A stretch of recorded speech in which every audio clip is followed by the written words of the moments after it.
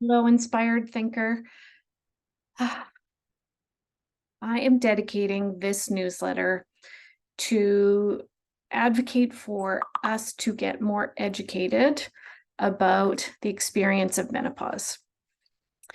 I just read the Menopause and Work report that the Menopause Foundation of Canada released today, and it is shocking, truly shocking how menopause impacts women at the prime of our lives. And I can tell I feel emotional about this today because I recognize myself in that report. And fortunately, I work for myself. I have a lot of privilege. I have a lot of access to resources to support me. But I see now how I spent years in my late 40s, early 50s, like absolutely ignorant to what was actually going on with my body, with my mental health, with my emotional health.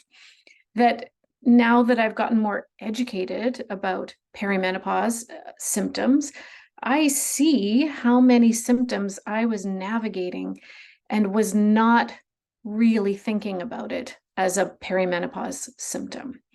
The sleeplessness, the joint pain, the brain fog, the emotional ups and downs, did not attribute that to perimenopause. It wasn't until the obvious and well-known things like hot flashes and night sweats kicked in that I finally recognized, okay, this is a perimenopause journey.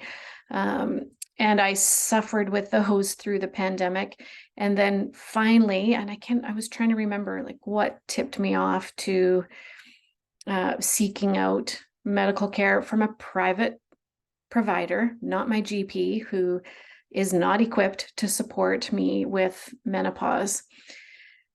So I am encouraging you, whether you're a woman or a man, to become more educated, more aware of the journey of perimenopause, menopause, and postmenopausal stages.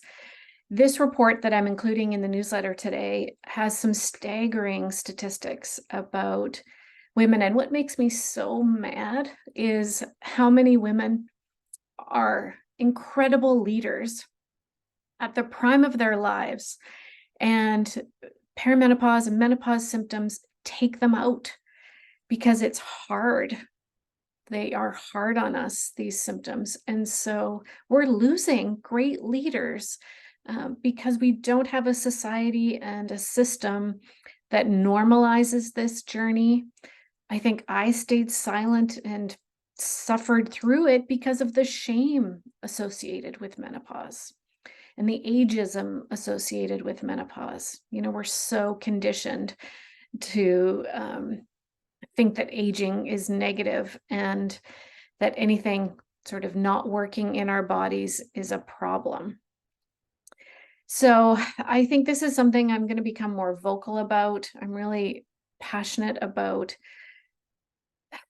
changing the narrative, normalizing conversations about menopause, and helping us all get more educated. So we're including in the newsletter today the report on menopause at work. We're also including a playbook for more inclusive workplaces to support perimenopause and menopausal employees, women who are navigating that. There are just so many women suffering alone. And if that's you, and if you're now listening to this thinking, oh, I have all kinds of symptoms, maybe that's what's going on, please read this report. Please reach out for support, medical support. And if you want to have a conversation with me, I am not equipped to advise on menopause, but I would sure be happy to tell you about my experience. We have so much work to do, and thank you for joining me with this passion for normalizing an experience that so many women are navigating, and we don't have to do it alone.